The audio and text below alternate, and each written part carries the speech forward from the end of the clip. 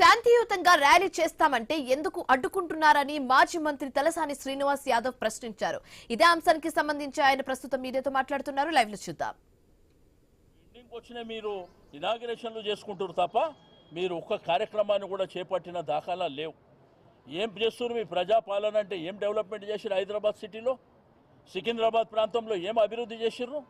ఒక్క కార్యక్రమం కూడా మేము టేకప్ చేయకుండా 6 గ్యారెంటీలు, 420 హామీలు ఈరోజు ప్రజలకు ఇచ్చినటువంటి వాగ్దానాలు పక్కన పెట్టి ఈ తుగ్లక్ పనులు, పనికిరాని పనులు, పేర్లు మారుస్తా, మీ తల్లిదండ్రుల పేరు మారుస్తా, మీరున్న ప్రాంతాల పేర్లు మారుస్తా, నీకెవడంటే అధికారం ఇచ్చింది?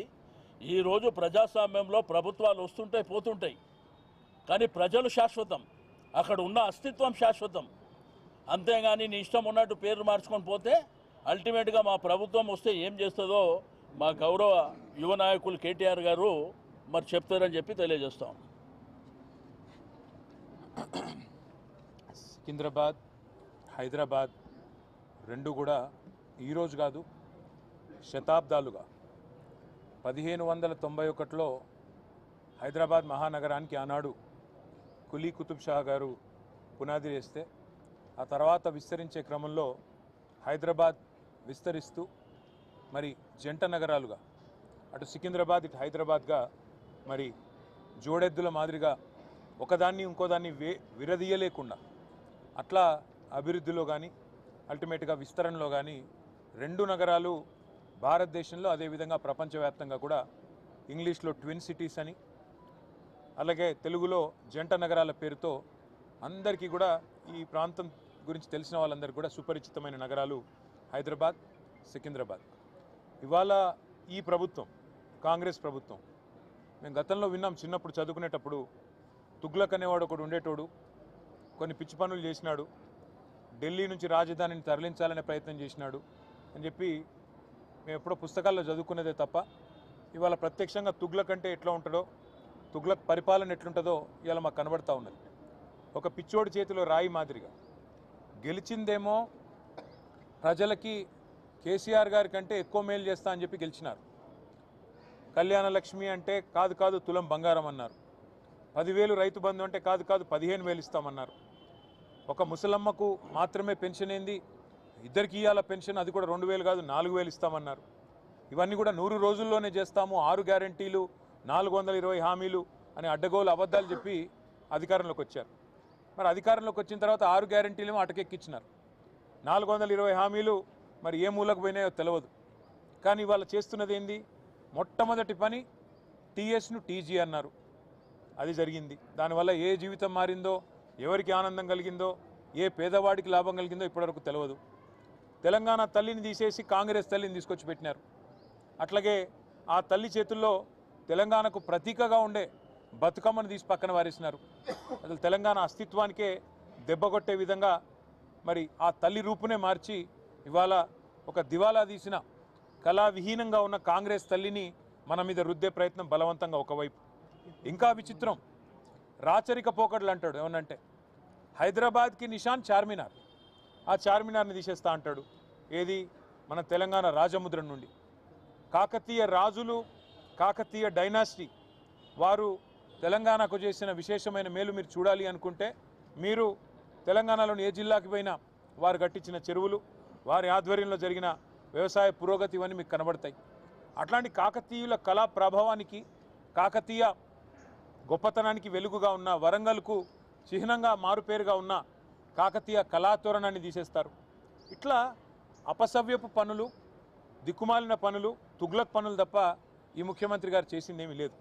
ఇంకా విచిత్రమైన విషయం ఏమంటే కేసీఆర్ గారి నాయకత్వంలో అధికార వికేంద్రీకరణ జరగాలి అని చెప్పి, ప్రజల దగ్గరికి పాలన పోవాలి, ప్రజాపాలన అంటే నిజమైన నిర్వచనం ప్రజల దగ్గరికి ఎంత సన్నిహితంగా పాలన ఉంటే అంత మంచిదని చెప్పి 10 జిల్లాల తెలంగాణని 33 జిల్లాలు చేసుకున్నాం. కొత్త రెవెన్యూ డివిజన్లు ఏర్పాటు చేసుకున్నాం, కొత్త మున్సిపాలిటీలు, కొత్త మండల కేంద్రాలు, అట్లాగే తాండాలు, గ్రామ పంచాయతీలుగా అట్లా కేసీఆర్ గారి నాయకత్వంలో ప్రజల దగ్గరికి పరిపాలన తీసుకొని పోయే ప్రయత్నం చేసినాం. హైదరాబాద్ మహానగరంలో కూడా గతంలో 24 సర్కిల్ ఉంటే గ్రేటర్ హైదరాబాద్ మున్సిపల్ కార్పొరేషన్లో 30 సర్కిళ్లకు పెంచుకున్నాం.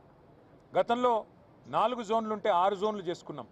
ప్రతి జోనల్ కమిషనర్కి ప్రతి డిప్యూటీ కమిషనర్కి శాంక్షన్ లిమిట్స్ పెంచుకున్నాం. అంటే ఇవన్నీ చేసుకున్నాం కానీ హైదరాబాద్ అస్తిత్వాన్ని మాత్రం మేము ముట్టుకోలేదు. హైదరాబాద్ అస్తిత్వాన్ని దెబ్బతీసే ప్రయత్నం చేయలేదు. ఎందుకంటే హైదరాబాద్ అనేది ఒక హైదరాబాద్ ప్రజలకు సంబంధించి కాదు, తెలంగాణ ప్రజలందరికీ గర్వకారణమైన ఒక ఐడెంటిటీ హైదరాబాద్, సికింద్రాబాద్ జంట నగరాలు అంటే మనం చిన్నప్పటి నుంచి వింటున్న మాట.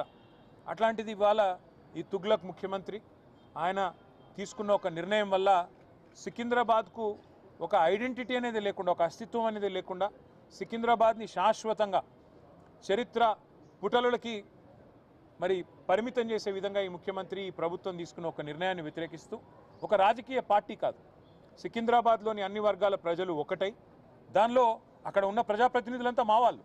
సికింద్రాబాద్ ఎమ్మెల్యేగా పద్మారావు గారు ఉన్నారు, సనత్ నగర్కి శ్రీనివాస్ యాదవ్ గారు ఉన్నారు, అట్లాగే మరి మా నాయకులందరూ ఎమ్మెల్యేలు, ఎమ్మెల్సీలు ఉన్నారు. వారందరినీ కూడా వారు ఆహ్వానించారు.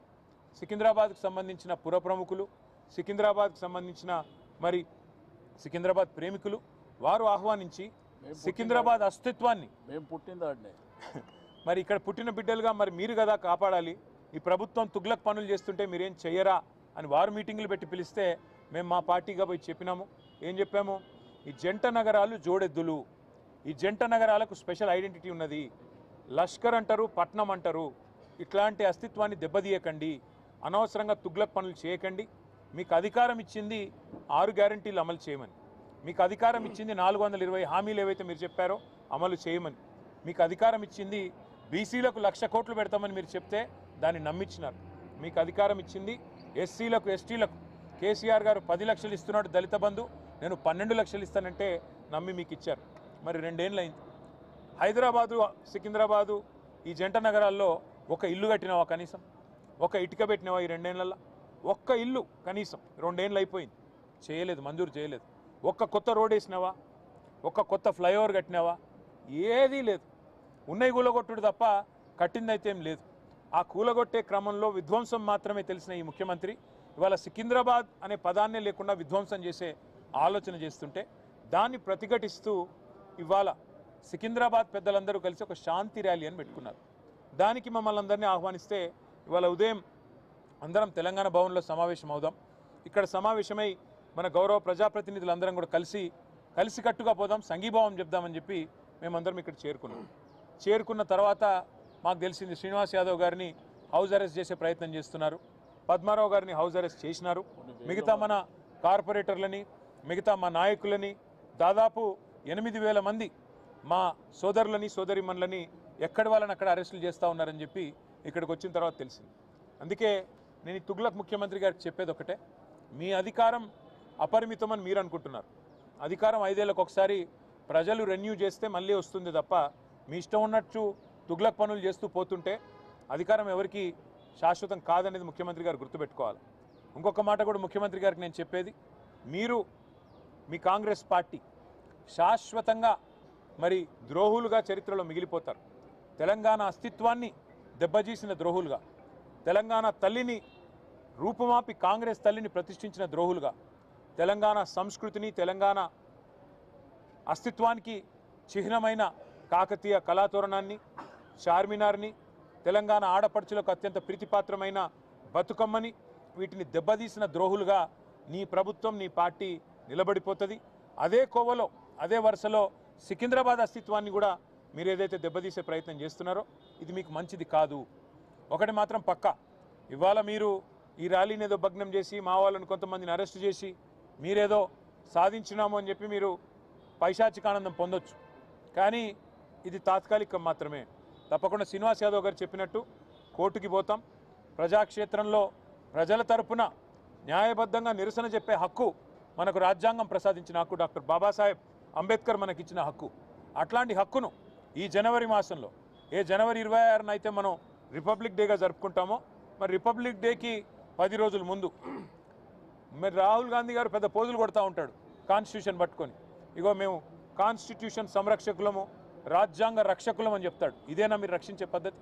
ఒక శాంతి ర్యాలీని భగ్నం చేసి, ప్రజలకు నిరసన చెప్పే హక్కు లేకుండా చేసి, ఎక్కడి వాళ్ళని అక్కడ అరెస్టు చేసి, ఇదా మీరు చేసే రాజ్యాంగ రక్షణ నేను అడుగుతా ఉన్నా. అందుకే శ్రీనివాస్ యాదవ్ గారు చెప్పినట్టుగా కోర్టుకి పోతాం, ప్రజలను కూడా జాగరూకులను చేస్తాం. జంట నగరాల అస్తిత్వాన్ని దెబ్బతీసే ప్రయత్నం చేస్తున్న ఈ తుగ్లక్ సర్కారుకు తప్పకుండా ప్రజాక్షేత్రంలోనే బుద్ధి చెప్తాము. అట్లాగే నాకైతే సంపూర్ణమైన విశ్వాసం ఉంది, తప్పకుండా మళ్ళీ కేసీఆర్ గారి నాయకత్వంలో మా పార్టీ తిరిగి ప్రజల దీవెనలతో తప్పకుండా ప్రజల ఆశీర్వాదంతో అధికారంలోకి వస్తుంది. గతంలో మేము రాజశేఖర రెడ్డి గారి ప్రభుత్వం ఎంసీహెచ్ను జిహెచ్ఎంసీ చేస్తే మేమేం వ్యతిరేకించలేదు. ఎందుకంటే హైదరాబాద్ అస్తిత్వాన్ని ఆయన ముట్టుకోలేదు. కానీ ఇవాళ ఈ ముఖ్యమంత్రి హైదరాబాద్ అస్తిత్వాన్ని దెబ్బతీసి జంట నగరాలుగా కాకుండా ఏదో 4th సిటీ అంట, ఫ్యూచర్ సిటీ అంట. ఫ్యూచరే లేని ముఖ్యమంత్రి ఫ్యూచర్ సిటీ కడతానంటే ఎవరు నమ్ముతాడు? ఎవరు దాన్ని విశ్వసిస్తారు? అందుకే మేము చెప్పేది ఒకటే, మళ్ళీ మా ప్రభుత్వం అధికారంలో ఖచ్చితంగా వస్తుంది. గతంలో 33 జిల్లాలు ఏర్పాటు చేసింది కేసీఆర్ గారి ప్రభుత్వం. 10 జిల్లాలు ఉన్న తెలంగాణని 33 జిల్లాలు చేసింది కేసీఆర్ ప్రభుత్వం. ఒకవేళ సికింద్రాబాద్ ప్రజల మనోభీష్టమే అయితే, సికింద్రాబాద్ జిల్లా కావాలన్నదే ఉంటే తప్పకుండా మరొక జిల్లాగా సికింద్రాబాద్ని కూడా ఏర్పాటు చేసే దిశగా మా ప్రభుత్వం వచ్చిన తర్వాత ఆలోచన చేస్తాం. ఈ ముఖ్యమంత్రి గారు ఉన్న జిల్లాలు తీసేస్తా అంటున్నాడు.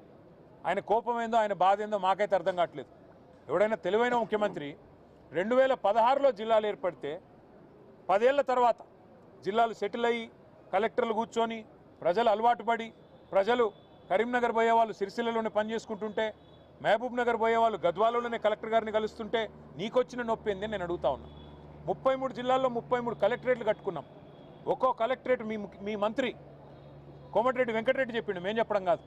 ఇలాంటి కలెక్టరేటు ఏదైతే ఇక్కడ ఉన్నదో, భువనగిరి కలెక్టరేట్ చూసినాక కోమటిరెడ్డి వెంకటరెడ్డి ఆనాడు ఎంపీగా చెప్పినాడు, కొన్ని రాష్ట్రాల్లో సెక్రటేరియట్లు కూడా ఉండే ఇట్లా అని చెప్పినాడు.